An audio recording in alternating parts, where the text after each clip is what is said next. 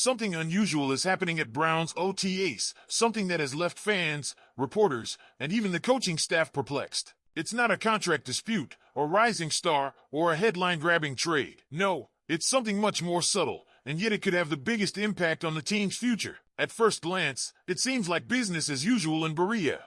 But look a little closer and you'll see it, a detail that's impossible to ignore when it catches your eye. One player in particular is drawing attention not for what he's doing, but for how he looks. He's not the tallest player on the field. He's not the flashiest. But every time he drops back to pass, there's tension.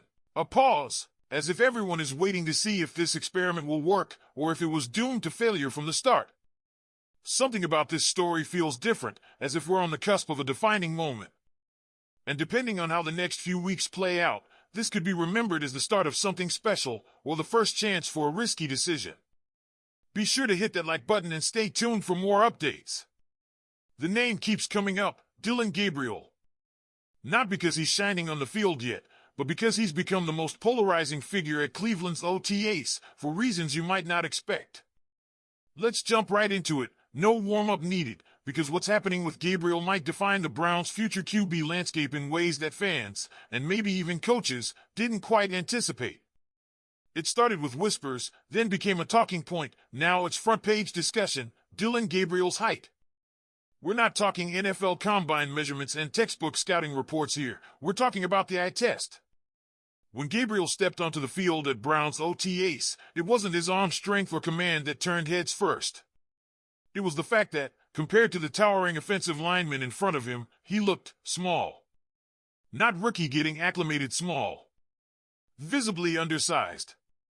Measured just barely over 5 feet 11 inches, Gabriel's stature became an instant point of debate, and not just among fans or analysts. One moment said it all, Mason Graham, towering over Gabriel, swatted down a pass attempt with such ease that it highlighted the quarterback's physical limitations. Gabriel, trying to force a throw over the line, threw all his weight forward, leaning into the pass. But it wasn't even close. The ball was blocked, not deflected, blocked dead center in the palm.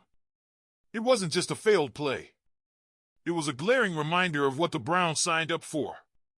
And it didn't stop there. Off the field, the media couldn't help but take jabs either. One Browns beat reporter, after Gabriel wrapped up his press conference and walked away, was caught on a hot mic saying, "I'm taller than him." You can't script that kind of moment, and Browns fans are now stuck wondering if they've got a potential franchise QB or a training camp story waiting to fizzle out. But don't write him off yet. Because just like any good football narrative, there's another side to this story, and it's where things get interesting. Gabriel might be undersized, but the tape tells a different tale about his arm, his instincts, and one trait that could be his saving grace, accuracy. We're talking about precision passes, perfectly placed balls into tight windows. Back shoulder throws. Timing routes where the receiver never breaks stride. In a league where completion percentages below 60% are no longer acceptable, Gabriel might just be the kind of quarterback who thrives in a system that rewards decision-making over raw physical traits. That's where head coach Kevin Stefanski enters the picture, a proven strategist, someone who's guided this team to playoff football and understands how to work with what he's got. If Stefanski can do what Sean Payton did with Bo Nix, simplify the playbook early, keep Gabriel on script, and build confidence through system-based football, there might just be a legitimate path forward for Gabriel. Think of it like this, he doesn't need to be a human highlight reel. He needs to be the NBA-style point guard of this offense. Smart. Conservative when necessary. Aggressive when the opportunity's there. Most importantly, don't turn the ball over. Let your weapons do the work. Run Stefanski's system. Let the game come to you. And here's where things heat up even more, because if Gabriel isn't the clear QB2 by the time training camp rolls around, the Browns' depth chart starts to get real crowded. At OTAs, ESPN's internal rankings had Joe Flacco at the top, no surprise there. But the real stunner? Shedeur Sanders, who reportedly balled out. He played like a man with something to prove.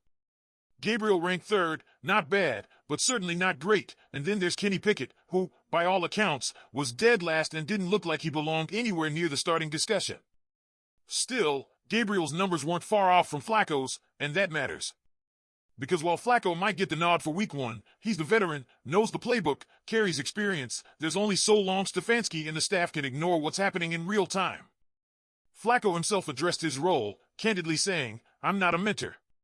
I play football." That's honesty. That's a competitor still clinging to relevance. But it also hints at reality. Flacco knows the end of the road is near. "I'm on hole 17 or 18, he said of his NFL career. And with that comes an opening, a legitimate, wide-open shot for someone like Gabriel to step in. But he's going to have to prove it. Not in interviews. Not in theory. On the field.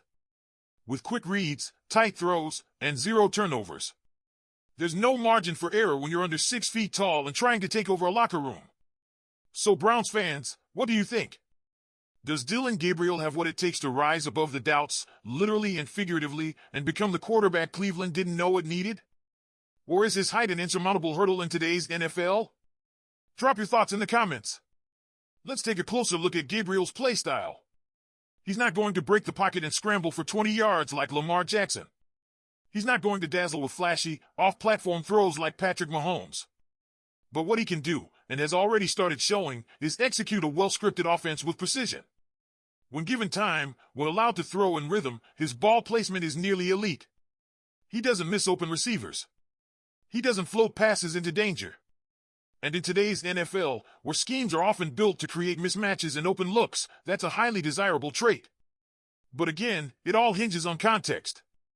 You need a system tailored to that accuracy. You need designed rollouts, moving pockets, and receivers on precise routes.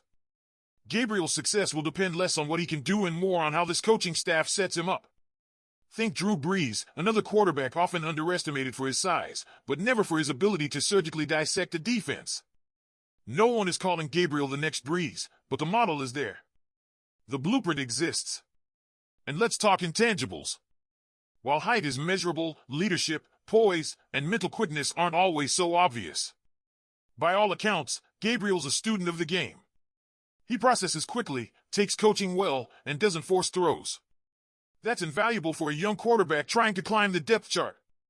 Combine that with the humility he's shown, a guy who isn't walking and acting like a savior, but rather someone ready to earn his place, and you start to understand why some inside the organization remain intrigued by his potential. Now, looking ahead to preseason and training camp, the Browns' quarterback situation becomes a chess match. Joe Flacco may begin as the king piece, immovable and experienced.